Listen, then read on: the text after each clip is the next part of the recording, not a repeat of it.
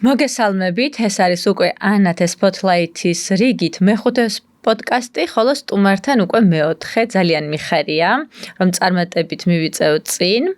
და ჩემი მეოთხე სტუმარი არის იოლანა ტყებუჩავა, რომელიც არის ძალიან მრავალმხრივი გოგონა.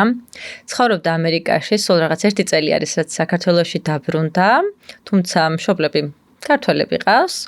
არის ძალიან ბევრ პროექტში ჩართული და ამჟამად არის Boston Transtech-ის პროდუქტის განვითარების მენეჯერი და თუ რა პროდუქტზე ვსაუბრობთ, ამას უკვე პოდკასტში გაიგებთ და ამჟამად მუშაობს ასევე იურიდიულ კომპანიაში საქართველოში და ძალიან ბევრი მიმართულებით არის ჩართული კიდე სხვადასხვა თემებში. ჩვენი სპონსორია კომპანია Pinex-ი, რომელიც ახორციელებს გადაზიდვებს ჩინეთიდან. თუ გსურთ სწრაფად, ხარისხიანად ჩამოიტანოთ თქვენი ნივთები ჩინეთიდან სულ რაღაც 5-დან 10 დღის განმავლობაში, მაშინ აუცილებლად უნდა დაუკავშირდეთ კომპანია Pinex და ისინი ჩამოგიტანენ თქვენს ნივთებს.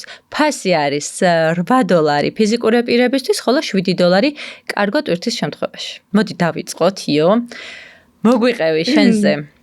როგორ მოხდა ქართველ-ამერიკელი გოგონა, რომელიც ამერიკაში დაიბადა, გაიზარდა 1 წლის წინ საქართველოში და როგორ მოგწონს საქაურობა, მოდი დავიწყოთ თავიდან. საერთოდ როგორ გადავიდა შენი ოჯახი ამერიკაში და როგორ მოხვდი იქ, როგორ აღმოჩნდი? დიდი მადლობა დაპატიჟებისთვის, ანა, ძალიან მიხარია რომ აქ ვარ და ესე ვსაუბრობთ გულწრფელად. რაღაცა სიტყვებს ახლა არასდროს ვიტყვი, გთხოვ გავისწორეთ. აქცენტი ვიცი რომ ვაგრძლიერი. შვენივრად ვსაუბრობ იდეალურად. ესე იგი, ჩემი მშობლები, როგორც ახსენე, ორივე ქართველი არის და დედაჩემი ფეხძიმე იყო. ისინი შვეიცარიაში ცხოვრობდნენ და მამაჩემს ყოველთვის აი ესეთი ამბიცია ჰქონდა, როგორც ბევრ ქართველს, რომ უნდა და აი მაინც ამერიკაში ცხოვრება. და ამიტომ გადაწყვიტეს ბოსტონი, ესეთი ქალაქი, სადაც იქნებოდა დაცული, კარგი გარემო, კარგი სკოლები, ეგეც დიდი მნიშვნელობა იყო მაგათვის. და ესე მოხვდით ბოსტონში. და მე დავიბადე და მე კიდე 2 უმცროსი დამყავს და ისინიც მომყვნენ. როგორი იყო ცხოვრება, როგორ იზრდებოდი და როგორ გრძნობდი თავს ამერიკულ ქალაქში ბოსტონში? ესე იგი, აი მე ვთვლი რომ ძალიან ბედნიერი ბავშვობა მქონდა. აი ახლა არაფერი არ დამაკლეს მშობლებმა. და მაგრივ ძალიან I'm very lucky. დიდი ფოკუსირება იყო ჩვენ განათლებაზე და პატარობიდან ბავშვებად კი არ გვსდიდნენ და ეგრე კი არ გვექცევოდნენ. მაგრამ როგორც აი ჩამოყალიბებული ადამიანები, მით უმეტეს ხო მამაჩემი, დედაჩემიც ეგრე იყო და ბებიაჩემი ჩვენთან ცხოვრობდა. ამიტომ ყველამ რაღაცა წილი შეიტანა ჩვენ განათლებაში. ეხლა მე ქართულად რომ ლაპარაკობ, წერ და კითხულობ, ეგ არის ბებიაჩემის დამსახურება, იმიტომ რომ ის სულ გვაწვებოდა, რომ ეგ ენა შეეგვენარჩუნა, იმიტომ რომ ბევრი საუბედუროდ კარგავს. ესე იგი, ჩვენ ერთი დამყავს 1 წლის შემზე პატარა, როგორც ტყუპები ვიზრდებოდით. სულ ერთად ვიყავით, სულ თამაშობდით, დიდი ბაღი ჰქონდა, გარეთ ვიყავით, რას არ ვიგონებდით, პრინცესები, პირატები, ზოგჯერ ვიყავით in the Arctic, სადღაც ყინულებში, მაგრამ აი ძალიან კარგი დრო იყო, ერთად გავატარეთ. და განათლების მხრივ მამაჩემს ესეთი ფილოსოფია ჰქონდა, რომ აი ბავშვებს აი შეიძლება უნდა ყველაფერი ასწავლო და თვითონ განათლებული კაცია, ფილოსოფია, მხატვრობა, ლიტერატურა, ასტრონომია, აი უნდა და რომ აი ჩაედო, აი მოგცემდა ისეთ წიგნებს, აი ეს წაიკითხე. მახსოვს აი ერთი წიგნი ჰქონდა ჩვენა ლურჯი და ამას ერქვა Blue Book და ამ Blue Book-ში იყო ევერესტი. და გვეუბნებოდა ყოველდღე სურათი ევერესტის. და ის რა არის ყველაზე მაღალი მთა და მე ყველაზე დიდი უდაბნო და ჩვენ უნდა ესე გამოგვითხავდა ყოველდღე. და ამას უნდა რომ ინტერესი ჩვენ გამოგვეჩინეს այդ რაღაცეებში და მე ჩვენ წავყვებოდით იმ გზას და მხატვრობა, ისტორია რაც იყო და ეს მახსოვს და ბავშვობიდან აი შეიძლება პატარა აი ჩემი მეგობრები ზოგჯერ თამაშობდნენ და დროს ატარებდნენ, მაგრამ ჩვენ ყოველთვის რაღაცნაირად სკოლიდან რომ მოვდიოდით, მეცადინეობა და მე შაბათ-კვირას კიდე სწავლა და განათლება მიდიოდა. პიანინო, წიგნის კითხვა, კი და საერთოდ მე ძალიან მიყვარდა წიგნის კითხვა და დღემდე მიყვარს და ეს სიყვარული მშობლებმა მომცეს, იმიტომ რომ სულ ესე რომ ბიძგი მოგცეს, ხო? მე მითხარი შენ ჩვენთან საუბარში, რომ შენ ძალიან პატარა ასაკში დაიწყე წერა. კი. როგორ მოვიდა მუზა? აი რაც მახსოვს, აი სულ წერ. ეს იყო მე ვიყავი საერთოდ ყოველთვის ძალიან shy გოგო ადამიანი, რაღაცა კონტაქტში ვერ შევდიოდი სხვა ბავშვებთან, უფრო ჩაკეტილი ვიყავი. მორცხვი. და აი წერა იყო მახსოვს, აი ერთი გზა, რაღაც opportunity რომ შემეძლო გავიხსნებოდი. აი ჩავკეტავდი ჩემ თავს ოთახში და აი ლექსი გამოვიდოდა. ეს იყო ჩემი გრძნობები, თან ისეთი აი დღემდე მაინც ემოციური ადამიანი ვარ, მაგრამ რაღაცა აი ყველაფერი რაზეც აი ჩდაბეჭდილებას დატოვებდა ჩემზე. ეხლა 2008-ში არ იყო ის რო დაგვესხა? კი, ომი. ის ომი ძალიან გამნიცადე. მამა ჩემი აფხაზეთიდან არის, გაგრადან და ეს მიწა დაკარგულია და ეს რომ მოხდა, აბარა ჩვენ სულ ვუყურებდით როგორ განვითარებას და ის სურათები რო წამოვიდა და მე მახსოვს ეს ვიზუალები რო ვნახე, ხო და ისეთი დიდი ეფექტი ჰქონდა ჩემზე, იმიტომ რომ მაინც ამერიკაში გავზრდილი, მაგრამ ეს აი საქართველოს მიმართ სიყვარული და განცდა მქონდა და დავწერე ლექსი გენოციდი. და მე ნიუ-იორკში მახსოვს რაღაცა შეხვედრა იყო ქართველების და იქ რაღაცა ტელევიზია იყო მოსული და წავიკითხე ეს ლექსი და მე YouTube-ზეც დავდეთ. როგორი შეგრძნება ქონდა ამ დროს? აი მე აქ შეიძლება აქ არ ვიყო და ქართველებთან, მაგრამ აი რომ მინდოდა იმ ხარდაჭერა, კი. და აი გრძნობა როგორც აი ერთიანობის. შებერთის ოკეანე იყო ჩვენ ყოფდათ, მაგრამ მაინც და მახსოვს აი ეს ძალიან განცდებში ვიყავი. ტირილიც ავიწყეს, რაღაცა ძალიან ადვილად მეტირებოდა. მაგრამ აი ჩემი მშობლები ესეთ რაღაცებს არასდროს არ მალავდნენ, არასდროს არ ალამაზებდნენ სოფლიოს ყოველთვის მეუნება და მამა ჩემი ცხოვრება ძნელია. და ამიტომ მე მგონი ახლა რომ ვფიქრდები ეს განათლება რაც მოგცა ის რომ გაგვაძლიერებდა როგორც პიროვნებები, იმიტომ რომ როგორც აი მე ლათინურს სწავლობდი და ესე ამბობენ omnia mea me cum porto. ყველაფერი რაც მაქვს მე ჩემთან ერთად დამაქვს და ეგ რა არის? განათლება. აი ყველაფერს სხვას დაკარგავ, დაივიწყებ, მაგრამ ისეთი არის კუნძულზე, ხო, რომ აი ჩემი ფილოსოფია თუ დაგტოვენ, ან განათლებული ადამიანი ყოველთვის გზას მოიპოვებს. და ეგ მჯერა, ამიტომ ყოველთვის აი დღემდე აი ახალი სიახლეები ძალიან მიყვარს, ახალი აი წიგნების კითხვა, საინტერესო ხალხთან ლაპარაკი, არ იცი რას გაიგებ და როგორ მოგეხმარება მე მომავალში. ეგ ნამდვილად გემჩნევა შენ მე რაც გაგიცანი, რასაც ამბობ, გემჩნევა რომ ეგრე არის კომუნიკაციაც, წერაც, ახალი რაღაცების აღმოჩენაც ნამდვილად შენია. როგორც ვიცი, უკვე შენი წერა ახალ ეტაპზე გადავიდა შემდეგ უკვე და რაც კომერციალიზაციასაც მიყო ხო ხელი რაღაც ისეთი რაღაცები დაწერე რომ უკვე გამოქვეყნებაც იყო საჭირო. აი ეს როგორ მოხდა? ესე იგი რა ასაკში ხარ? ეს არის ძალიან მნიშვნელოვანი რომ რა ასაკში იწყებ წერას რომელიც უკვე უნდა გამოაქვეყნო.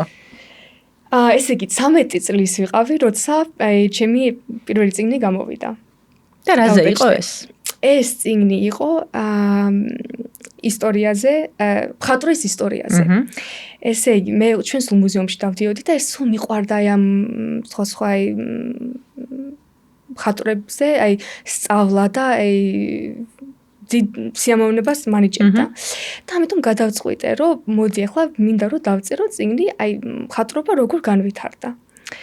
ეს იყო, ესე იგი, ეს წიგნი არის აი ლექსი მივუძღვენი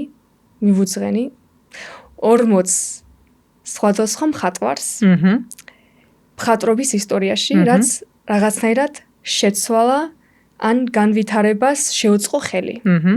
ეს იყო ჯოტოტი დაწყებული მასაჩიო რენესანსის დროს იტალიაში, მერე ფიროსმანიც მყავს აბარა ქართველი და დამთავრებული აი პიკასო და ენდი ვორჰოლ. და მინდოდა ეს წიგნი იქნებოდა ის საინტერესო ადამიანისთვის, ეს კი არა რაღაც დიდი სქელი წიგნი, რომ ადამიანი დაეკარგება და ვერ მიხვდება, ეგეთები ბევრი არის, მაგრამ რომ გაერთო ხალისი მიიღო, როგორც აი ნებისმიერი წიგნი, ლექსებია იქა ყველა ხატვარზე და კიდე პატარა მოკლე ბიოგრაფია. საინტერესო ფაქტებით. ენდი ვორჰოლს ჰქონდა 40 პარიკი, მარტო ღამით მუშაობდა, ლეონარდო და ვინჩი ყიდულობდა სხვათა შორის აი ცხოველებს, ისეთი ჰუმანური იყო და მერე უშვებდა ესე და ეს აი საინტერესო არის ორი რაღაც. ერთი 13 წლის ბავშვს რატომ მოგდის აზრად, რომ ესეთი რაღაცა დაწერო და დიდი მხატვრებს და ხელოვნების ისტორიები ვიწროვო და უფრო გასაგებად მიაწოდო საზოგადოებას. აი, საიდან მოგივიდა იდეა, რატო დაგებადა და მეორე არის საინტერესო, რომ მშობლებთან რომ მიდიხარ და ეუბნები, რომ იცი რა მე ესეთი რაღაცის გაკეთება მინდა, რა რეაქცია აქვთ? ვაუ. სკეპტიკური ძალიან. რა თქინდა ეს წიგნი და კაი რა, ოკეი, კაი. გააკეთე შენი პროექტი ასე რაღაცა, მიღიმოდნენ და ოკეი. არეჯერათ, ხო. და ამიტომ მე უფრო გამაბრაზა, მომეტყვა რომ როგორ არჯერათ და ეხლა უნდა დავუმტკიცო რომ რაღაცა შექმნი. და ამიტომ დავჯექი და სიჩუმე იყო დიდი ხანი, არაფერს არ ვეუბნები და მე გამოვდივარ და ამდენი მასალა მაქვს შედგენილი. აი მახსოვს თელი ზაფხული მუშაობდი იმ წიგნზე, 2.5 წელი მუშაობდი და ზაფხულში აი ბიბლიოთეკიდან მომქონდა ეს წიგნები და კითხულობდი სხვა მხატვრებზე, ინფორმაცია გადმომქონდა და ასე შემდეგ და მე ბოლოს დაინახეს, ვაუ, ოკეი, სერიოზულად უძგებ ამ საქმეს, მე რა შემიწყვეს ხელი და ის დაბეჭდამდე მომეხმარეს ის სხვა ნაწილი. და საერთოდ მეორე შეკითხვას რომ დავუბრუნდეთ, რატო მოგინდა? აი ეგ უფრო აი შემოქმედების desire for creation, როგორ უნდა ვთქვათ, ყოველთვის ძლიერი იყო ჩემთვის. პატარობიდან რასაც არ ვაკეთებდით, ხო, აი ხატვა, სცენების შექმნაც, აი რაღაცა წიგნების წერა, აი სულ რაღაცა მინდოდა ახალი შემექმნა და მომეცა მსოფლიოსთვის. და ეს დიდ სიამოვნებას მანიჭებს და მე მგონი მაქედან იწყებოდა აი პატარობიდან. ძალიან საამაყო არის და 13 წლის ასაკში უკვე გააქვს ისეთი მოთხოვნილება, რომ გააკეთო ისეთი საქმე, რომელიც რაღაცა მსოფლიოს წაადგება. და ჩვენ რა ვისაუბრეთ, ეს მერე შენი სულისკვეთება სხვა რაღაცეებშიც ჩანს. რა გავაგრძელოთ უკვე? როგორ ირჩევ განათლებას, სად მიდიხარ, როგორია შენი იქაური კოლეჯის სიტუაცია? კი, ეს პერიოდი ახლა ბავშვობა კარგი მქონდა, მაგრამ ახლა ამ პერიოდს რო ვიხსენებ, აი high school, middle school, უნივერსიტეტი ყოველთვის ჩემშობლებსაც, აი ძალიან განათლებას რო they focused on education, კარგი უნივერსიტეტში მოხდენას დიდი მნიშვნელობა ჰქონდა. და ამიტომ აი ყველაფერს ვაკეთებდი მაგ მხრივ, კარგად მეცადინეობდი, მაგრამ კარგი უნივერსიტეტში მოხდენა მარტო არ არის კარგი ნიშნები. უნდა რაღაცნაირად გამოირჩეოდე და ამიტომ მე და ჩემი და აი ეს შემოქმედებას მივყევით. მე ვწერდი სხვა ისტორიებს, რაც დავბეჭდი online, ჟურნალებში, ფილმებს ვიღებდით. ერთად რაც მიიღო international awards სხვა ფილმ ფესტივალებში და მე ბოლოს აი 8 წლის შემდეგ ეს შეგროვებული hard work გამიმართლა მოხდა University of Pennsylvania-ში, ფილადელფიაში და ამიტომ 18 წლისას გადავედი ბოსტონიდან ფილადელფიაში. აი სანამ გადავალთ ხა და მე უკვე ფილადელფიის ამბებს მომიყვები, მითხარი რომ გამორჩეული უნდა იყო, ფილმებს ვაკეთებდი, რაღაცებს აქვეყნებდი. და ნამდვილად გრძნობდი გამორჩეულობას, მაგრამ აი რა ფილმს აკეთებ? დაწერე 13 წლისას წიგნი. შემდეგ რა ფილმს იღებ, რას აქვეყნებ? ესეც რო გითხრა. კი, ეს მაგარია. ეს იყო მე ხომ წერალი ვარ და ამიტომ მე ვთქვი, კაი, ახლა სალომეა ჩემი ერთი წლით ჩემზე პატარა და მე ვთქვი, ახლა მე სცენარის დავწერ და შენ უნდა გადაიღო. და ჩვენ რამდენი წლის ხართ ამ დროს? აი უკვე 16 ესე. და ამიტომ ჩვენ აი პატარობიდან ვუყურებდით ჩარლი ჩაპლინზე გიждდებოდით. და ეს როგორც ვიცით, ეს არის საერთოდ არ ახმოვანებენ, არ ლაპარაკობენ ამ ფილმებში, ყველაფერი მუსიკაა და ძალიან დიდი ემოციები უნდა გამოხატოს ახესე. და ამიტომ მოდი ესეთი ფილმი გადავიღოთ. ესე იგი, ეს იყო აი იმ ხელა ერთია რომ მოგინდეს რაღაც გაკეთება, მეორე შესრულება. ძალიან ბევრი შრომა ჩავდეთ მაგაში, მე ვიყავი მთავარი გმირი, ეს არის ერთი ვიოლინისტი, ვინც და კომედია არის. და ვაიმე, ეს აი ფილმი კი არის 10 წუთიანი, მაგრამ მომზადება იყო აი თვეები გრძელდებოდა. იქ უნდა მოძებნო მთელი გუნდი. მე იქ ყველაფერი შეცდომა დავუშვით, რაც გეუბნებიან არ უნდა გააკეთო. ყავდა ბავშვი, პატარა ბავშვი ფილმში, ყავდა ძაღლი. და კიდე იმ ჩიტებიც რაღაცნაირად მოძებნეთ და გავუშვით. ამიტომ კაოსი იყო, მაგრამ ბევრი ვისწავლეთ ამ ფილმის გადაღებიდან. და ვინ გიღებდათ ამ ფილმს? ესე იგი, ჩვენ ერთი კამერა დავიქირავეთ და ერთი კარგი პროგრამა გქონდა ჩვენ ქალაქში, რომ აი ეს სტუდენტებს თუ აინტერესებთ გადაღება, იქ გათხოვებდნენ equipment, აი მიკროფონები, კამერები, სინათლეები. განაზღაურების გარეშე, ხო? ისე უფასოდ გათხოვებდნენ. სხვადასხვა უფასოდ, თუ სტუდენტი იყარ უფასოდ, ხო? და ეგრე ძალიან კარგი შესაძლებლობა ყოფილა. კი, მაგხრი ძალიან we were very lucky. და ამიტომ მე მივყევით ეს და ფილმ ფესტივალში და მინდოდა ვაჩვენებდი ამ ფილმით ყოველთვის ეს იყო უფრო კლასიკური მუსიკა იყო და ამიტომ აი ეს წიგნი იყო მხატვრებზე ეს ფილმი მუსიკოსებზე. და მე კიდე ერთი ფილმი გადავიღეთ, სხვათა შორის ახლა გამახსენდა და სულ დავიწყებული მქონდა documentary ქართულ ცეკვაზე. ამისთვის ჩემი და ჩამოვიდა და გადავუღეთ ერისიონი რომ არის, ხო იცი? და გვინდოდა რომ სოფლიოს ვაჩვენებდით. გავუზიარებდით ქართულ ცეკვას. ეს 20 რამდენი წლის იყო ეს ეხლა უფრო იციან, მაგრამ აი ცნობადობას ვინდა გავზრდიდით. აი დაველაპარაკეთ, ეხლა გადავუღეთ ერისიონს, მე ინტერვიუ ჩამოვუტარეთ სხვა პროფესორებს, რომ ვაჩვენებდით აი ქართული ცეკვა საიდან მოდის, ეს ხომ კულტურული დაინტერესება იყო? კი, სხვათა შორის იყო, ეხლა ისიც გავაგზავნეთ ბევრ ფილმ ფესტივალებში, ჯილდოები მიიღო და აი ცირა კარგი სიამოვნება იყო, იმიტომ მახსოვს რაღაცა ვაჩვენეთ ჩვენ ბოსტონში რომ ვიყავით, film screening ქონდა. და ხალხი აი დაინტერესდა რაღაცა, აი ვაუ, არც გამიგიათ, სასწაულიათ ქართული ცეკვა. ის როდგებიან თითის წვერებზე, კაცები, ქალები პრო ფრიალებენ, გეუბნება წყალზე, ცურავენ, სასწაულია და ამერიკაში მცხოვრებ გოგო საიამო სიამაყის განცდა უფრო ქართულ ფესვებთან უფრო მეტად დაგაახლოთ, რა გრძნობა გქონდა? რამხრივ? აი ქართული ცეკვა აქ ჩამოხვედით, გადაიღეთ, ამერიკაში ცხოვრობ, ბოსტონში აჩვენება ამ ფილმს, სიამაყით ივსები, რა რა გრძნობა გაქვს, ანუ უფრო გიამაყება რომ ქართველი ხარ თუ აი რა შეგრძნება გაქვს? კი, მახსოვს ეს სიამაყის გრძნობა. იმიტომ საქართველოს ყოველთვის აი იდეალიზაციაში ჩემში, აი ყოველთვის იყო ჩემი ნაწილი, მაგრამ ყოველთვის რაღაცა მოწყვეტილად გრძნობდი.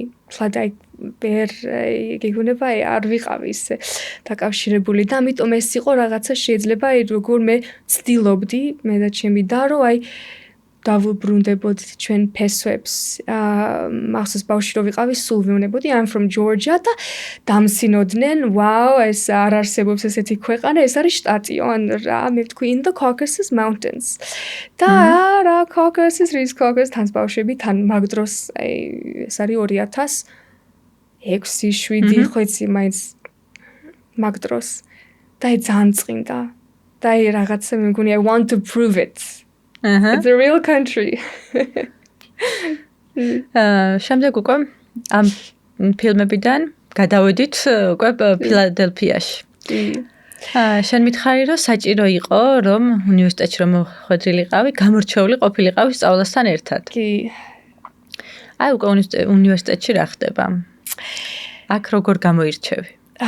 Wow, ესე იგი University of Pennsylvania ძალიან აი ახალი პერსპექტივები გაიხსნა და ახალი აი კარი. აქ იყო ჩამოსული ბავშვები მთელი სოფლიოდან. სხვა კონტინენტებიდან, ზოგადად ქვეყანა არც კი გამიგონია Faroe Islands.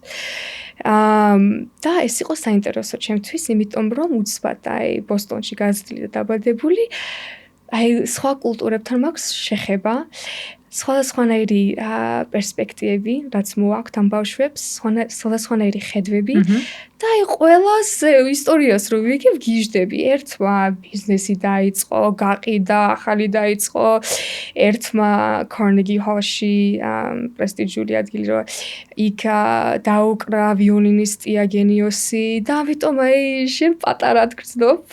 გეგონება აი ყოველთვის რომ გეგონა ვაუ ამაყობდი რითი გააკეთე უცბად სუსტ უკან ნულზე ჩამოხვედი.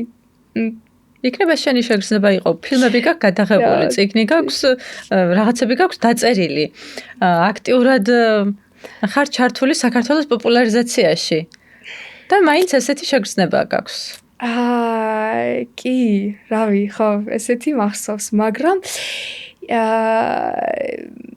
ხო, არ იყო ადვილი პერიოდი, იმიტომ რომ იქაც ძალიან გვაწვებოდნენ განათლების მხრივ, ნიშნები და აი სოციალური from a social perspective, იქ იყო რაღაცა ეგეც გავიზარდე. რაზე სწავლობ ამ უნივერსიტეტში? იქ ვისწავლე ფილოსოფია, ესე იგი my major was ფილოსოფია, პოლიტიკა და ეკონომია.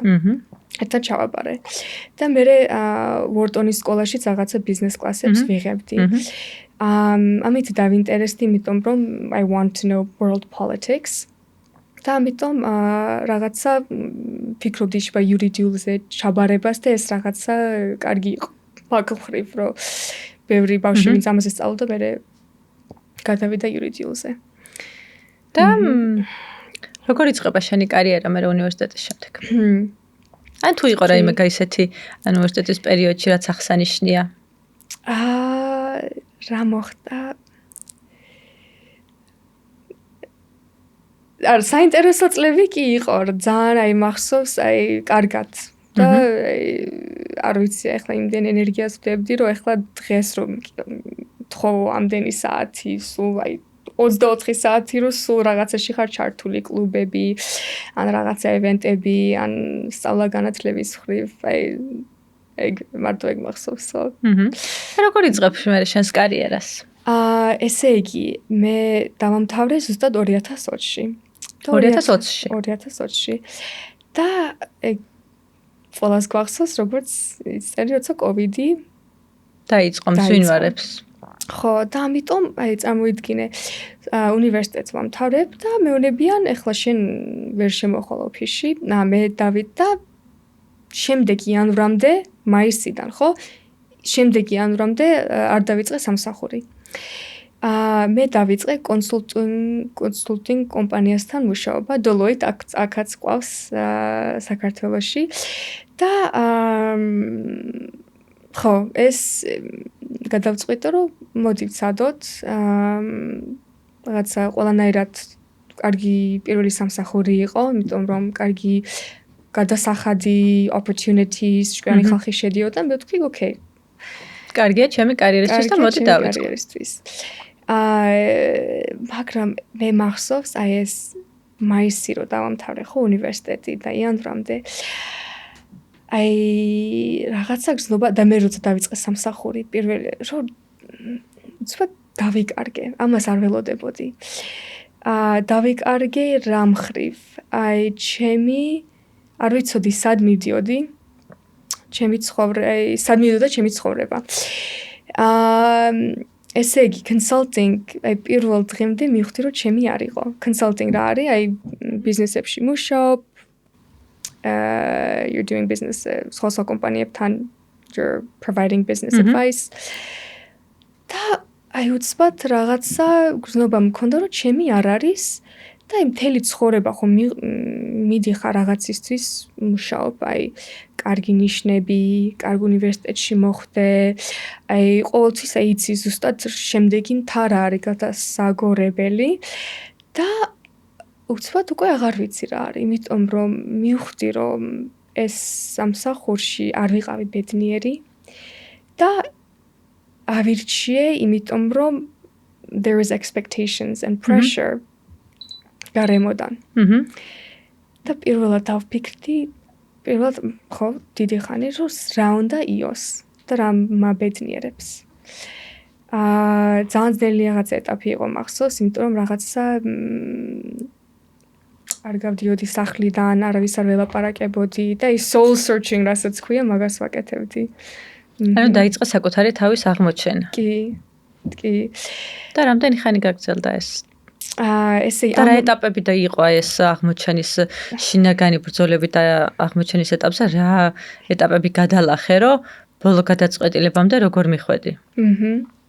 კარგი შეკითხვა. ესე იგი ამ დროს უკვე სახლში ვცხოვრობ, იმიტომ რომ უკან გადმოვედი, მე კოვიდი დაიწყო და ამიტომ სახლიდან დავიწყე მუშაობა ბოსტონის. სამსახურში არ დავდივარ, ყველაფერი ვირტუალურად არის. და ფიქრობ, what does success mean for me? რა მაბედნიერებს, რა მინდა გავაკეთო და რაღაცა მომენტში ვიგრძენო, ჩემი თავი დავკარგე და ეს ჩემი თავი უნდა ვიპოვო ისევ. ჩემთვის ყოველთვის მნიშვნელოვანი იყო რომ ვიცოდე აი ეს why you're doing something. ძალიან ხშირად ჩვენ რაღაცა მიყვებით რაღაცა გზას, იმიტომ რომ ჩვენი მშობლებს უნდათ ესე we're trying to fulfill their expectations. ან რაღაცა გადავწყვეტე დიდი ხნის წინ რომ მინდა ექიმი გავხდე და ამიტომ მე არ დაფიქრდი და ესე მიყევი. ინერციით მიდიხარ და რაღაცა დინებას მიყვებ. კი. მაგრამ აი ინტუიციას მაგ მომენტში უნდა ჩაუღრმავდე. აი რაღაც უცბად გეგონება გავიღვიძე. ესე ამბობენ რომ ერთი ცხოვრება როცა აი შენ მიხვდები რომ მარტო ერთი ცხოვრება გაქვს. როცა you live two lives. The second one begins when you realize you have just one. ორი ცხოვრება გაქვს, მიხვდები რომ მარტო ერთი გაქვს, როცა მეორე იწყება, როცა მიხვდები რომ მარტო ერთი გაქვს, ხო? და ამიტომ მივხვდი რომ აი ეს შემოქმედება რაც აი ბავშვობიდან აი მქონდა და მიყვებოდი, ცოტა დავკარგე უნივერსიტეტის დროს და მე ახლა რომ ფიქრობდი აი პროფესიული მხრიდან და დავიწყე ისევ წერა. ეს წერა იყო როგორც თერაპია ჩემთვის, იმიტომ რომ აი მთელი გრძნობები, აი დიდი ხანი არ წერდი სხვათა შორის თელი უნივერსიტეტი მიტოვებული მქონდა და უცბად რომ დაიწყო აი გაიხსნა გეგონება ჩემი აი ეს სული ეს შინაგანი და აი მახსოვს აი ორი კომპიუტერი მაქვს ხო სამსახურის და პირადი ერთი კომპიუტერი იკეტება დღის ბოლოს და მეორე იხსნება აი სახლიდან რა გავდივარ მეგობრებს არ ვურთიერთობ მაგათთან და აი წერ გამწარებული გვიანობამდე დილით ვიღვიძებ წერ, საღამოს წერ, შაბათ-კვირას წერ, რაღაცა თუ არ წერ, აი ვგრძნობ, აი guilty, რაღაცა რომ რაღაცა ის არასწორად ვაკეთებ. არცად არ დავდივარ არც მაღაზიაში, არც რესტორნებში და ის რაღაცა დუხს ჩემში. მაგრამ ეს მე მგონი რა გარდა ეხვა იყო ჩემში ამ დროს აი ჩემი თავი სხვანაირად ვიპოვე აი you have ordinary confidence არის there's fake confidence ბევრი ადამიანი შეიძლება confidence როგორ ვთქვა თავდაჯერება ხო თავდაჯერებული ზოგხელს აი შეიძლება ჩანს თავდაჯერებული მაგრამ pro they are play acting შიგნით რაღაცა არ არიან ეგეთ თავდაჯერებული მაგრამ აი ამ მომენტში მე ყოველთვის მეგონა რომ მქონდა თავდაჯერებულობა მაგრამ მე მგონი ყოველთვის მაკლდა რაღაცა ყოველთვის I wasn't sure ვინ ვიყავი თან მაგ ასაკში ყოველთვის მეგობრებს აყვები რა უნდა სხვებს გზებს და აი ამ პერიოდში ვიპოვე ჩემი თავი აი ვინ არის იო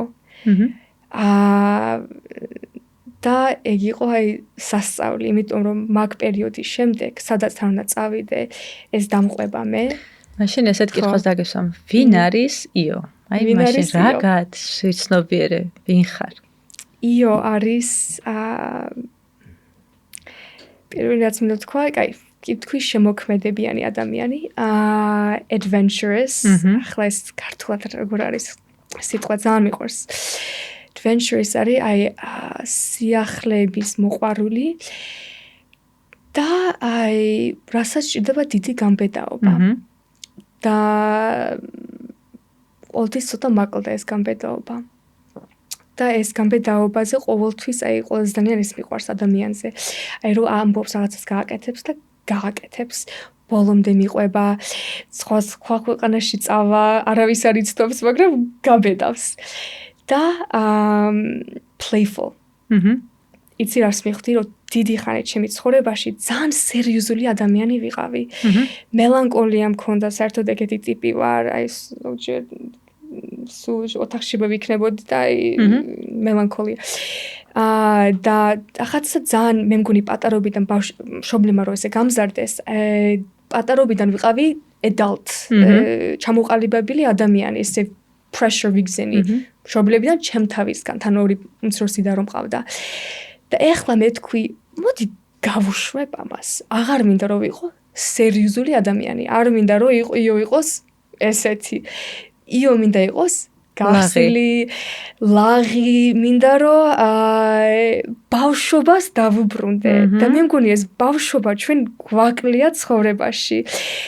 გადასახადებზე ვნერვიულობ, სამსახურზე, შვილების მოვლა, მაგრამ გაიხედე მსოფლიოს სილამაზე გვაქვს, ბუშტები გავუშვი, ნაყინი შეჭამე და ეს სხვადასხვის წერაც ეგ ნაწილია, როცა წერა თამაშია. ის დაიბრუნე თამაშის სიამოვნება თამაში. ეს because it's such a natural part of who we are.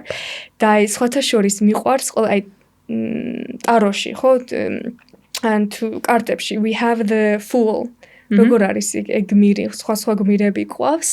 არ ვიცი თვითონ ტაროს არასდროს არ რომელია Joker, მასხარა არ არის მთლად. ეგ ჯოკერი? ჯოკერი, მასხარა.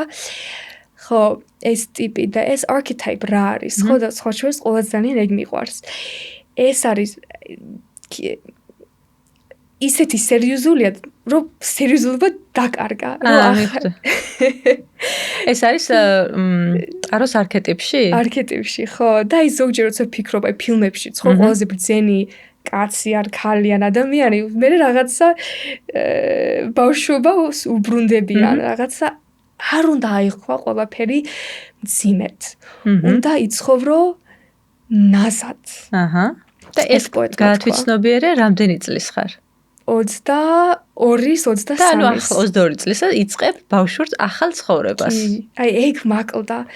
ძალიან სულ ნერვიულობდი, კი ამდენ პროექტებს ვაკეთებდი, მაგრამ სულ განცდებში ვიყავი, არ ვიყავი ბედნიერი. და ამას რო გაარკვევ, რომ მოდი პროცესი დავტკბე, გავიხარო, არ უნდა მქონდეს 10 წლიანი გეგმა, დღევანდელი დღით, არ ვიცი, ხვალ ცოცხალი ვიქნები, დღეს ზოგჯერ ვიღვიძებ და ეს განცდა მაქვს, ხვალ რომ მოვკვდე, ხო რაღაცა რომ მოხდეს, ახლა არ მინდა ძალიან და ესე თემებზე გადავიდე. ვიამაყებდი, ბედნიერი ვიქნებოდი, would I be happy? და ერთი სურვილი, რაც მე მინდა რომ სოფლიოსთვის და საერთოდ შეება მე მივეხმარო ხალხს, ჩემი ნაწერით ან რაღაცა სხვანაირად ეს რომ უფრო ლაღი ვიყოთ. რომ ეს გამსუბუქდეთ და ეს return to our childhood states. იმიტომ რომ ეგ არის ჯადოსნური. მაშინ ადვილად იზიდავ რაღაცებს და კარგია რა. ეხლა რომ საუბრობდი, სახე გადაგინათ და ბრწყინავ, გიღიმის და შეიგრძნობ, ანუ სრული არსებით შეიგრძნობ იმას, რასაც საუბრობ და გემჩნევა ეს. და ძალიან მიხარია. ესეთი უკვე თავდაჯერებული, ლაღი, ბავშვური იო, როგორ აგრძელებს მერე თავის გზას? ისევ სამსახურშია თუ რასაკეთებს? ესე იგი, მე რა მოგცა ამან? აი როგორ გადახვედი ახალ ეტაპზე, ახალი ნაბიჯები როგორი? კი, ესე იგი, გავნაგზე წერა, ახლა სხვა ერთი წინი გამოვუშვი online და მე გადავწყვიტე, მოდი ნიუ-იორკში გადავიდე. ახლა ბოსტონში ვიცხოვრე, ფილადელფიაში, უკვე აღარ მინდა სახლში, 3 წელი სახლში ვარ, მე ვთქვი, მოდი ახალი ქალაქი გამოვცადოთ. ნიუ-იორკში გადავდივარ, არის 6 საათი ბოსტონიდან. ეს არის ძალიან საინტერესო ქალაქი, ძალიან აქტიური და ეს რო გადავდივარ ქალაქში, მაინც სამსახურში ვჩები, ფილიალი გვაქვს. და მაგრამ ჩემი ქალაქი არ იყო. ეხლა რომ ვფიქრდები, ერთი წელი ნახევარი ვცხოვრობდი იქ. აი როგორ რა იგრძენი ისეთი რაც შენი არ იყო? ეხლა ყველა ტიპი სხვანაირია, ეხლა ვიღაცა გამიჟებულია ნიუ-იორკზე. მაგარი ქალაქია, ბევრი opportunities ეგრე არის, მაგრამ ადვილად შეიძლება დაიკარგო, რასაც ხედავდი, აი ზოგჯერ აი თუ ზუსტად არ იცი რა გინდა და ვინ ხარ, იმდენი გართობაა და როგორც აი distractions, ხო, რესტორნები, თეატრი, კლუბები, აი 5, 10, 15 წელი შეიძლება ესე გავიდეს და მოიხედო და სად წავიდა, სად გაფრინდა ეს დრო. და ეს რაღაცა რომ დავინახე შემეშინდა. შეიძლება მე არასდროს დავკარგავდი ჩემ თავს, მაგრამ აი რაღაცა როგორც არის ის წელი, ერთი წელი ნახევარი ცოტა ნიუ-იორკში. I'm happy I did it. It was great. But it was როგორ არის, ჩემთვის იყო ცოტა superficial. ეგ მომენტი შევამჩნიე. აი ყველა ერთმანეთთან ამხანაგობს, აქტიურობენ, მაგრამ აი ძლიერი აი ურთიერთობები ერთმანეთის რაც ჩვენ ძალიან გიზიდავს და მოგწონს. კი. არ იყო. კი და ეგ მაკლდა. რაღაცა სიღრმე. ყველაფერში რაც მიყვარს, რაღაცა აკლდა ქალაქს, ხო? ანუ ზედაპირული სწრაფი ჩქარი რაღაცა ქალაქი. და შემდეგ ესე იგი, ამ დროს ახლა 3 წელი ვმუშაობ ამ კომპანიაში და მე ვთქვი, კაი, ახლა კი თუ რაღაცას ცვლილებას არ გავაკეთებ, მაშინ არასდროს არაფერი არ შეიძლება. და ამიტომ გადავწყვიტე, რომ დავტოვებდი ამ სამსახურს. მაგრამ ისე დავტოვე, რომ არ ვიცოდი, რას ვაკეთებ შემდეგს. რაც იყო kind of scary. მაგრამ აი ჯეროდა, რომ აი პირველი ნაბიჯი უნდა გადადგა. მეორე და მესამე გამოჩნდება. და ამიტომ მეორე დეპრესიაში ჩავარდი. სამსახურიდან წამოსვლისას თუ უკვე რო წამოხვედი? ხო, რაი რო წამოვედი და რო აი გაუგებრობაში ვარ, არ ვიცი, რა ვქნა, როგორ და აი სულ განცდები მაქვს, ჩემი კლასელები ამას აკეთებენ, ფინანსებში მუშაობენ, ფულს წარმატებული, ყველა რაღაცებს დებს და ესეც არის, ხო, ეს external pressure და მე რას ვაკეთებ? ground zeros ვიწყებ თავიდან. და მე ვფიქრობ, ყოველთვის მინდა ჩემი ბიზნესის დაწყება. იქ არ ვიყავი ბენდერინგ კომპანიაში, გავიასრე, იმიტომ რაღაცას არ ქმნიდი ახალს. და იქ დიდ კომპანიაში რაღაცა ხარ ჭანჭიკი. და ვფიქრობ, აი რა ბიზნესი დავიწყო, ფეხსაცმელები გავყიდო, ტექნოლოგიური კომპანია შევქმნა და მე მივხვდი, რომ ეს ზუსტად შენ ცხვირის ქვეშ რო არის რაღაცა right under your nose ესე ამბობენ ამერიკელები. გადავწყვიტე, მამაჩემს ჰქონდა წლების წინ განვითარებული medical device. ეს არის კათეტერი, რაც უნდა გულში შეიყვანო და ამით შეიყვანო stem cells. Stem cells არის ღეროვანი უჯრედები. გულში რო შეკავს ეს ღეროვანი უჯრედები, გული თუ აი ადამიანი ავანტყოფია, ხო? გადაიტანეს heart attack, როგორ არის ქართულად? გულის შეტევა. ის regenerates. აღადგენს მაგ ქსოვილს. და რაღაცა ეს პროექტი იყო წლები, სულ ინვესტორებს ვეძებდით, ფინანსებს და რაღაცა იყო მიტოვებული კი არა, მაგრამ აი არ მიდიოდა წინ. მე ვთქვი, მოდი აი ამ პროექტს ავიღებ და ნეტავ რა მოხდება, მოდი წინ წავიყვანოთ. ეს ახლა რომ ეცოდინებოდა რამდენი იყო გასაკეთებელი და რამდენი ვისწავლე, შეიძლება არ დავიწყებდი ამ პროექტს, იმიტომ რომ აი რო ხედავ, ადვილი არაფერი და მე მთელი მთა სანამ გადავალთ ახლა პროექტოზე და პროექტის ემაზე როგორ გაკეთებ. მე შენ მანამდე მითხარი დაიწყე რომ მე მინდოდაო რომ რაღაცა შემექმნაო. იმიტომ რომ კომპანიაში პატარა ჭანჭიკი ვიყავი და მინდოდა რომ რაღაცა გამეკეთებინაო. აი ეს შენი ხედვა შინაგანი მდგომარეობა რომ რაღაცის კეთება რო გინდა. აი ეს აღმიწერე კარგად რომ გავიგოთ შენი ტიპაჟი, ანუ რისი კეთება გინდა, ანუ უბრალოდ ბიზნესის დაწყება გინდა ვიყიდე გავყიდე თუ სხვა რაღაცის მოტანა გინდა. კარგი შეკითხვა. აი ახლა რო დავფიქრდი, რომ აი რაც გაიზრებული მაქვს, რაღაცა მინდა შექმნა, რაც sounds corny, მაგრამ it's true. კაცობრიობას კარგს მოუტანს, მაგრამ რა მხრივ? Healing რა ქართულად რა როგორ უნდა ვთქვა ეს სიტყვა როგორ არის healing, აი როცა ექიმი შენ მოდის და კურნავს. კურნელი. აი ეს გრძნობა ღრმად ზის ჩემში. აი როცა წერ ეგ მინდა რომ ეგავაკეთო რომ ადამიანს დაეხმარო და განკურნო რაღაცა. გავკურნო ემოციურად. მედიცინაშიც ფიზიკურად გავკურნა და ეგ მომენტი ან სულიერად გავკურნა ემოციურად ფიზიკურად. რაც შენ მიიღეს 22 წლის ასაკში რომ აი ახალი ცხოვრება და აი გაათვიცნობიერე რომ მარტო ერთი ცხოვრება არსებობს და დაიწყე მეორე ცხოვრება, ანუ ეგ გინდა რომ შეძინო სხვებს? კი. ეგ მინდა რომ ნახონ რომ აი ხალხს ხო ეგ მხრივ ზუსტად და რას არა აი ამ ძიებაში რო ხარ მე აღმოაჩენ ამ კომპანიას რომელშიც ახაც მუშაობ ახაც დღეს უკვე 2 წელი გავიდა დღემდე მუშაობ და რასაკეთებ ახლა კარგად რო ავუხსნათ ხალხს იმიტომ რომ ცოტა ისეთი ახალი არის თვითონ სამედიცინო სფეროშიც და ექსპერიმენტალურ დონეზე არის და განვარტოთ რას შვები ამ კომპანიაში. რას შვები? საერთოდ სამედიცინო დარგი ეს field ძალიან რეგულირებულია. ეს დანადრე ნახე. ეს არის რაღაც ფეხსაცმლის გაყიდვა, როცა რაღაცას გამოუშვებან სკამის და მორჩა ბაზარზე გადის.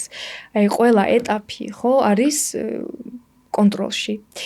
მე ყოველთვის მჯეროდა ამ პროდუქტის ეს არის რაღაცა რაც ბაზარზე არ არის დღეს არ გვაქვს kind როგორც თქვა competitors და ეს იქნებოდა სასწაული წინსვლა მედიცინაში იმიტომ რომ დღეს ნომერ პირველი სიკვდილიანობა მოდის აი გულის შეტევიდან ან გულთან დაკავშირებული პრობლემებით. ეს არ არის კიბო, ან სხვა დაავადებები. უბრალოდ კიბოზე უფრო რაღაცა სიხშირით გვესმის. და ეს არის არაჯანსაღი კვება, lifestyle ცხოვრება, თუ ეწევი ეგეც რისკს წევს და ღეროვანი უჯრედები საერთოდ ხო ეს ახალი არ არის უკვე 40 წელია ამაზე. ანუ თქვენ დაიწყეთ ამ ღეროვანი უჯრედის შემყვანი კათეტერის დამზადება. კი, რომელიც ადამიანს ასე ვთქვათ დაეხმარება რომ ღეროვანი უჯრედები შეიყვანოს გულში. სწორად გავიგე? ზუსტად, იმიტომ რომ ღეროვანი უჯრედები არ არის საკმარისი რომ ავიღოთ ნემსი და შევიყანოთ სისხლში. იმიტომ რომ კვლელები რო ჩაატარეს, ეს იკარგება სისხლში. ან გარედან რატო უნდა გაჭრა ადამიანი და open heart surgery, ხო, ქირურგები აკეთებენ, რა საჭიროა. კათეტერი ყველაზე ეფექტურია, იმიტომ რომ იქ შეიძლება პატარა აქ შეიყვანო, აქ ხელთან. ძალიან აკურატულად გულში არტერიას თუ მიყვები შედის. და მე იქ შიგნით გულში რო შედის, იქიდან დააფიქსირო ის სოვილები, რაც არის მკვდარი, რაც არ არის ცოცხალი და რეგენერაცია აღდგინო, ხო? და ამაზე მუშაობ. კი. და ეს პროდუქტი, ხო, ღეროვანი უჯრედები ცალკე თემაა, მაგრამ ეს სხვათა შორის დიდი საჭიროებაა, იმიტომ რომ ღეროვანი უჯრედები აქვთ და ბევრი კომპანია ჩვენ მოგმართეს და თქვენს ორასაინტერესო ეს კათედერი გაქვთ, იმიტომ რომ სხვანაირად შეყვანა ამ უჯრედების არ არის უბრალოდ ეფექტური. და ეს არის ინოვაცია, რომელიც გამოიგონა მამამ ჩემმა, იმიტომ ის იყო კარდიოქირურგი, წლები შვეიცარიაში მუშაობდა და რა ვიცი, ყველაზე მაღალი დონის პროფესიონალი და ამიტომ შიგნიდან ეს ხარ ეტაპზეა ეს პროექტი. ეს პროექტი ახლა ჩვენ ვამთავრებთ development თვითონ აშენებას ამ კათედრის, არის high tech. ბევრი რაღაცა შედის ამაში, როგორ არის მატერიალს ხმარობ, მე ძალიან დაწვრილებით, ყველა დეტალი, რაღაცა თუ არასწორად გაქვს, ვერ იმუშავებს. მე წარმოიდგინე ეს რაღაცა რომ არ იმუშავოს, ან არასწორად იმოქმედოს, ადამიანი შეიძლება დაზიანდეს. და ამიტომ ყველა ნაბიჯი, ახლა ჩვენს ვაკეთებთ აშენების ინჟინერებთან მუშაობთ, we're getting suppliers, არის ძალიან it's very complex. ბევრი რაღაც უნდა გაითვალისწინო. ხო, მაგრამ მივდივართ წინ და რაღაცა მაღალი იმედები მაქვს, რომ შემდეგ წელს უკვე დავიწყებთ კვლელობებს ცხოველებზე. კვლევებს ცხოველებზე, ხო? კვლელებს ცხოველებზე. და ეხლა მაინტერესებს უკვე როგორ აღმოჩნდა საქართველოში პროექტში ჩაები ამ ხელა პროექტში, რომელიც თაროზე იყო შემოდებული და გააცოცხლე და დაიწყე ინვესტორების მოძიება და ესე შემდეგ და ამ ხელა მსოფლიო მნიშვნელობის პროექტში ხარ ჩაბმული. საქართველოში როგორ მოხდი? ესე იგი, ნიუ-იორკიდან გადმოვედი, ბოსტონში დავბრუნდი და მე ვთქვი, არ მინდა ბოსტონში დაბრუნება და ხაცა ყოველთვის სხვათა შორის ამერიკა ეგზნობდი რომ არ იყავი მთლად ბედნიერი და ეს მე ვთქვი მოდი ევროპა ყოველთვის მიმზიდავდა და ბარა საქართველო მე ვთქვი მოდი საქართველოში ვცადოთ ცხოვრება. ბევრი არ ვიფიქრე ამაზე, მამაჩემი აქ ცხოვრობს, ნათესაობა აქ მყავს, არავის სხვას არ ვიცნობ და მე ვთქვი okay, let's do it. Ემტომ ერთ დღეს ავდექი, ჩავალაგე ჩანთები, ბებიას და დედას გონია რომ მე 3 თვით მივდივარ, მე უკან დავბრუნდები და მივფრინავ საქართველოში. და როგორი იყოს რა მოლოდინები გქონდა საქართველოზე და როგორი აღმოჩნდა მე ეს? სხვათა შორის, ესე იგი, მე მარტო რაღაც 4 ჯერ ყოფილვარ საქართველოში, ბავშვობიდან. მთელი ბავშვობის განმავლობაში. ხო. ესე იგი, საერთ არ დავდიოდით ხშირად. და არ ვიცი ახლა რა მელოდება, საერთოდ არავის ნათესაობის გარდა არავის არ ვიცნობ, სხვანაირი კულტურა, მაინც ამერიკაში ვარ დაბადებული, გაზრდილი და I'm feeling lost. რაღაცა სამსახური ცხვრივ მამაჩემს ვეხმარები, მაგრამ ხელფასი არა მაქვს, არ ვიცი. და ამიტომ მე ვთქვი, okay, აქ რო ჩამოვდივარ, რაღაცა ძალიან გამიმართლა. ეს 8 თვე, უკვე რამდენი გავიდა, 10 თვე იანვრიდან, ხო? არის ყველაზე კარგი გადაწყვეტილება, რაც გავაკეთე, მე მგონი ჩემ ცხოვრებაში. ძალიან ბედნიერი ვარ, რომ ჩამოვედი საქართველოში. ყველანაირად მეგობრები ამერიკიდან მეუნებიან, იო, რა ბედნიერი ხარ, რა კარგ დროს ატარებ. რაღაცა ხედავენ, უფრო განათებული ვარ და ანუ აღმოაჩინე შენი თავი საქართველოში? კი, სხვანაირად აღმოვაჩინე. რა გაკლდა და რა მიიღე? რა მაკლდა? ეს იყო community love. Community love რას ნიშნავს? ერთმანეთზე ქართველები სხვანაირად ზრუნავენ, რაც ამერიკაში არასდროს არ მქონდა. ამერიკა არის ძალიან კაპიტალისტური ქვეყანა. ყველას თავის ამბიციები აქვს, მაგრამ ეს სითბო ერთმანეთზე რაღაცა დაყრდნა არ არის. და მე სიმარტოვეს გრძნობა, პატარობიდან მქონდა. ხოც იყვნენ ჩინელი ამერიკელები, თურქი ამერიკელები, ქართველი ამერიკელები არ იყვნენ, მაგრამ ჩემ სკოლაში ან in my neighborhood სხვა შტატებში ცხოვრობდნენ და ეს community არ მქონდა ყოველთვის და ეს ჩემთვის ძალიან მნიშვნელოვანია.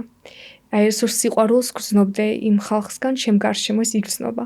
სიყვარულს კი არა, მაგრამ აი ტაქსიში რომ ჩდები, აქ საქართველოში ზოგჯერ ამოვისნო თქვა ესე და რაღაც ჩემი განცდები მაქვს და მეკითხებიან რა მოხდა, ხო კარგად ხარ, რა გჭირს. აი ეს არასდროს არ წარმოვიდგენ რომ ვიღაცა ამერიკაში შემეკითხებოდა. ყველა რაღაცა ჩაკეტილები არიან რაღაც თავის მიერ. გახსნილები არიან, but it can be fake.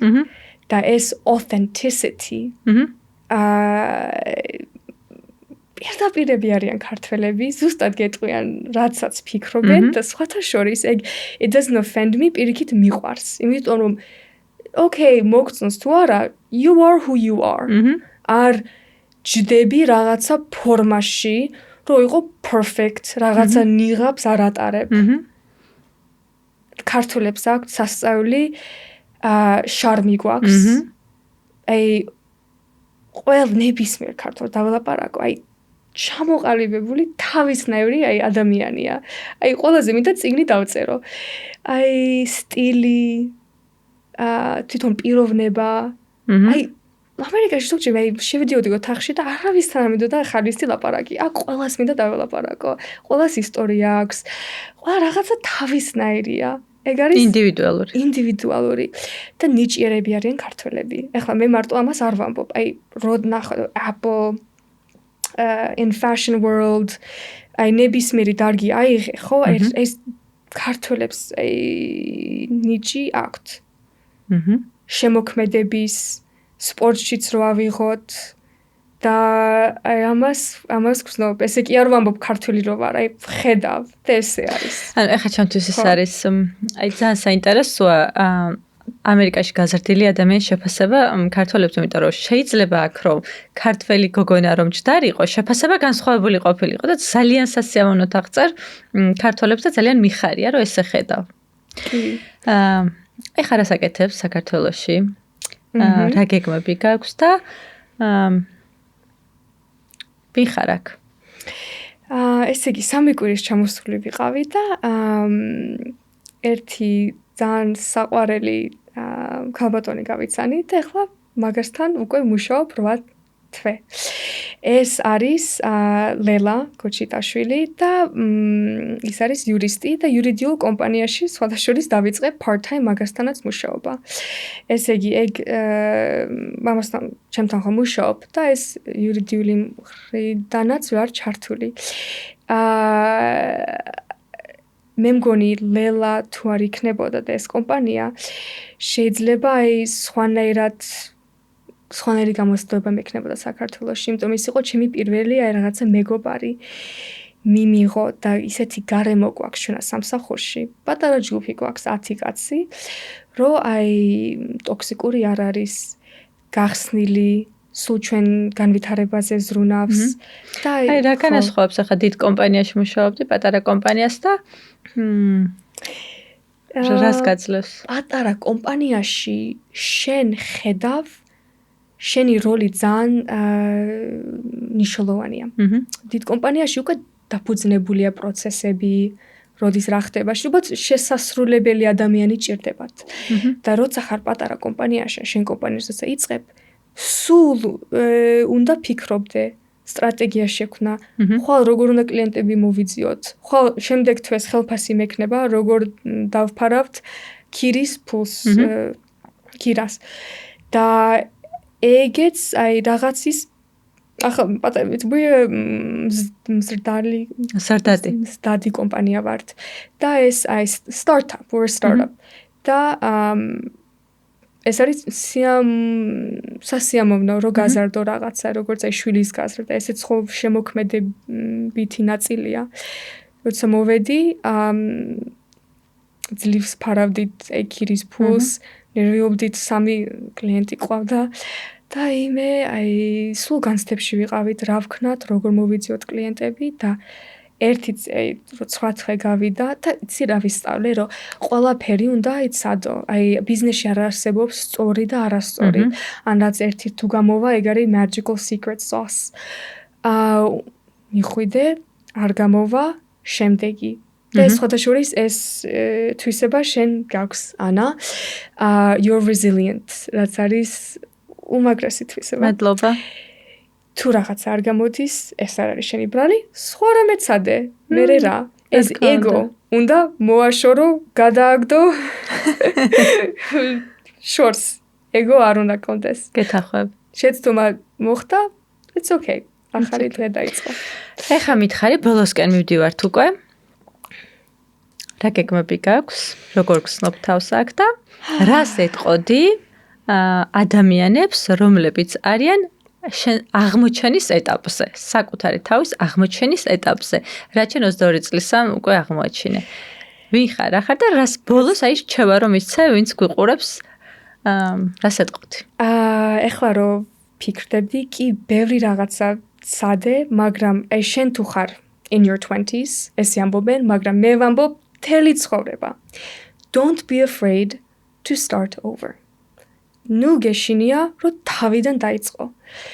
შეიძლება დიდი ხანი მიყვები რაღაცა გზას, რაღაც აშენებდე, მაგრამ შენი თუ არ არის და არ ახარ ბედნიერი ან კმაყოფილი, გადადგე ის ნაბიჯი და თავიდან დაიწყე. It's okay. იმიტომ შენ გამოცდილება, მოყვება, რაღაცა ისწავლე და ის საყვარელი ადამიანები გარშემო თუ ყავს, who will support you და ხარში ამოგითქმება, it's okay. მე ვიცი ხალხი იტყვის, მაგრამ ბევრი დეტალებია, ფინანსებზე უნდა იფიქრო ეს, მაგრამ აი მართლა ეს არის ნაღდი. უნდა შენ ინტუიციას მიყვე და ეს რაღაცა live lightly. ტრანსფორმაციის არ უნდა გეშინოდეს. მე ეს რაღაცა მთელი ცხოვრება სულ ცვლილებები გაქვს. ჩვენ როგორც ადამიანები არ გვიყვარს ცვლილებები. It's scary. და ამიტომ სულ ყველაფერს ვაკეთებთ, რომ გავაკონტროლოთ ეს ცვლილებები. ან დავიცვათ ჩვენი თავი. არ შეიძლება არაფრისგან ცვლილები. The only thing you can expect is that things will always change. The only thing that doesn't change is that things are always changing. ამიტომ მიიღეს ცვლილება. როგორც მდინარე იყავი, როგორც წყალი. მიყევი დინებას და დაიჯერე, ეხლა შეიძლება რელიგიული ხარ შეიძლება არა, მაგრამ აი universe, მე ყოველთვის universe-ზე ვლაპარაკობ, შენკენ შენთვის კარგი უნდა. კარგი რაღაცები მოდის, ეს მიდის უნდა გჯეროდეს. და აი სულ ტრანსფორმაციაში იყავი. ეგ არ არის შენი თავის რომ ტრანსფორმაციო შენი თავი იპოვო. თვითონ შენი თავი არის ეს ტრანსფორმაცია და ყველანი ვართ უაღრესად კომპლექსური ადამიანები, უაღრესად universe არის ჩვენ შიგნით. აი რავი რომ გავხსნა, ერთ ადამიანს ვერასდროს ვერ აღმოაჩენ ისეთი საინტერესო და ღრმა ვართ. და ამიტომ აი მიეცი შენ თავს რომ ეს სხვადასხვა ნაწილები შენი ცნობიერებაში ამოიყვანო და გაიცნო, ხო? ძალიან დიდი მადლობა. იო, ბოლოსაც იღიმოდი და როგორც ჩანს მართლა არის შენი ეს საკუთარი თავის გაცნობა ყველაზე მნიშვნელოვანი შენთვის და რაც ყველაზე ძალიან დიდ ბედნიერებას განიჭებს. მადლობა რომ ხარ ესეთი, რომ გინდა რომ რაღაც სამყარო შეცვალო და კარგი რაღაცები გააკეთო და სულ მუდამ ძიების პროცესში ხარ. ძალიან საინტერესო ხარ, მე მგონი ამ დროში ვერ ვისაუბრებ ზუსტად იმდენ რამეზე, რამდენადაც საინტერესო ხარ და რამდენ რაღაცებს არ ვითარებ კიდე. და ძალიან ბევრი თვისება გაქვს, რომელიც ახლა 1 საათში რო გვესაუბრა, ვერ ჩავატებდით, რომ ხალხმაც დაინახოს, მაგრამ მე ძალიან ვამაყობ, რომ და მიხარია, რომ გაგიცანი, აი ესეთი ღრმა ადამიანი რო ხარ, ძალიან ბევრი რაღაცაზე ნაფიქრი. ეს კი იყო ანათე Spotlight-ის მეხუთე გადაცემა. თუ მოგეწონათ ჩვენი პოდკასტი, დაგვილაიქეთ, დაგვიკომენტარეთ, გადააზიარეთ და შეგვიფასეთ ჩვენი საუბარი რამი გაქვთ ამ დიალოგიდან და როგორი იყო ჩვენი კომუნიკაცია. დიდი მადლობა ანა.